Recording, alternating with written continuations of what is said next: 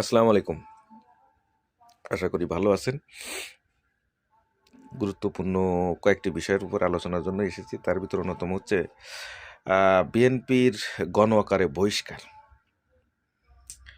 বিএনপির ৭৯টি আসনের ভিতরে ৯২টি প্রার্থী এখনো থেকে গেছেন বিদ্রোহী হিসাবে।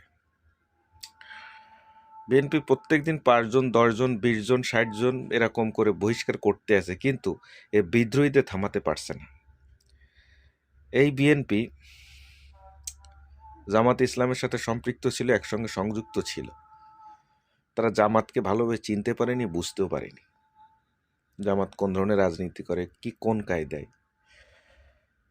জামাত সুপ্তভাবে, গুপ্তভাবে হোক, যে কোনোভাবে হোক মানুষের কাছে গেছে, মানুষের সাথে মিশে যে কোনো কায়দায় মানুষের মন জয় করে ফেলেছে, ছলে বলে কলে যে কোনোভাবেও।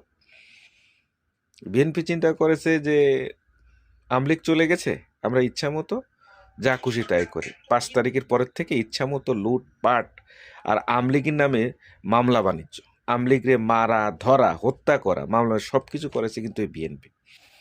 এখন বিএনপি কিন্তু বুঝতে পেরে এখন কিন্তু আমলিগের কাছে যাচ্ছে, অনেক নেতার কাছে যাচ্ছে, ভাই আসেন, বাসেন, একসঙ্গে আসি।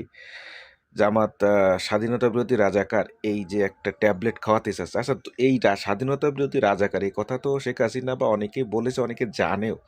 তো তোমরা জানি শুনি কেন ঘাড়ে উঠাই এত কিছু করলে? আর এখন এই কথা বলে তো লাভ নেই।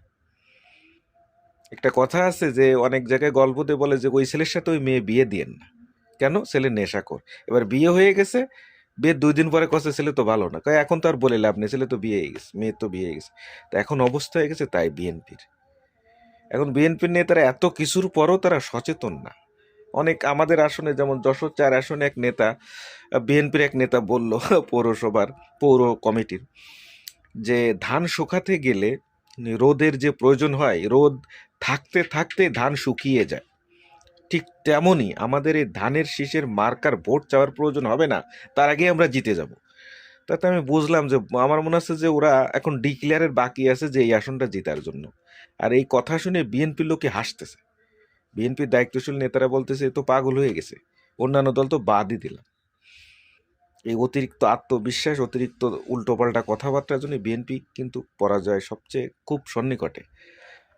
সৈয়দ আশরাফা পাপিয়া তার মতো একজন নেত্রী যদি বলে তামাক ক্ষতি করে মানুষের শরীরে আর ইসলাম ক্ষতি করে মানুষের ধর্মকে, কোনো কথা হলো? বলতে পারে যে কোনো একটা গোষ্ঠী, যে কোনো একটা দল ধরে। তাহলে এদের কথাবার্তায় কত ভুল আপনারা ভেবে দেখুন। এদের বিদ্রোহগুলো তো দমন করা উচিত, তা